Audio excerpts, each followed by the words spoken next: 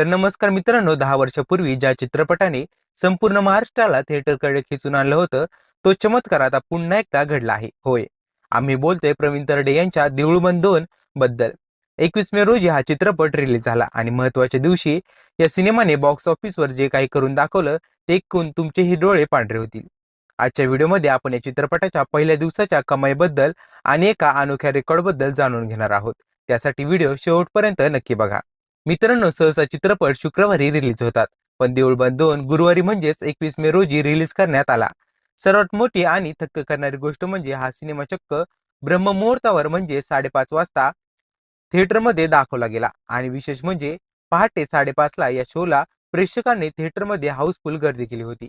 सध्या पुण्यात तर या सिनेमाने जवळपास सगळे शो हाऊसफुल चालले आहेत.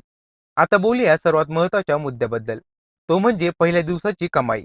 संपूर्ण महाराष्ट्रात देऊळबंद 2चे 500हून अधिक सिनेमागृहात 2000पेक्षा जास्त शो सुरू आहेत.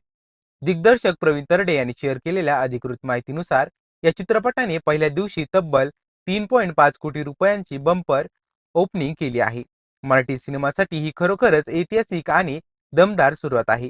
ही घोडदौड पाहता हा चित्रपट ब्लॉकबस्टर होणार यात काही शंकाच नाही. या चित्रपटाच्या यशामागे आहे प्रवीण तरडे आणि त्यांचे कसदार लेखन, संवाद आणि दिग्दर्शन. चित्रपटाची निर्मिती कैलाश वाणी, जयश्री वाणी, कैवल्य वाणी आणि जुईली वाणी सूर्यवंशी यांनी केली आहे. अभिनयाबद्दल बोलायचं झालं तर ज्येष्ठ अभिनेते मोहन जोशी, स्नेहल तरडे, महेश मांजरेकर, ओम भूतकर, प्रकाश ओक, मंगेश देसाई यांसारख्या तगड्या कलाकारांची फौज यामध्ये पाहायला मिळते.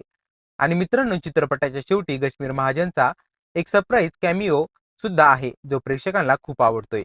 तर मित्रांनो, तुम्ही देऊळबंद 2 थिएटरमध्ये जाऊन पाहिला का? आणि तुम्हाला हा सिनेमा कसा वाटला हे आम्हाला नक्कीच कमेंट करून सांगा. व्हिडिओ आवडला असेल तर लाईक करा, शेअर करा आणि आपल्या आवडत्या चॅनेलला सबस्क्राईब करायला नक्कीच विसरू नका.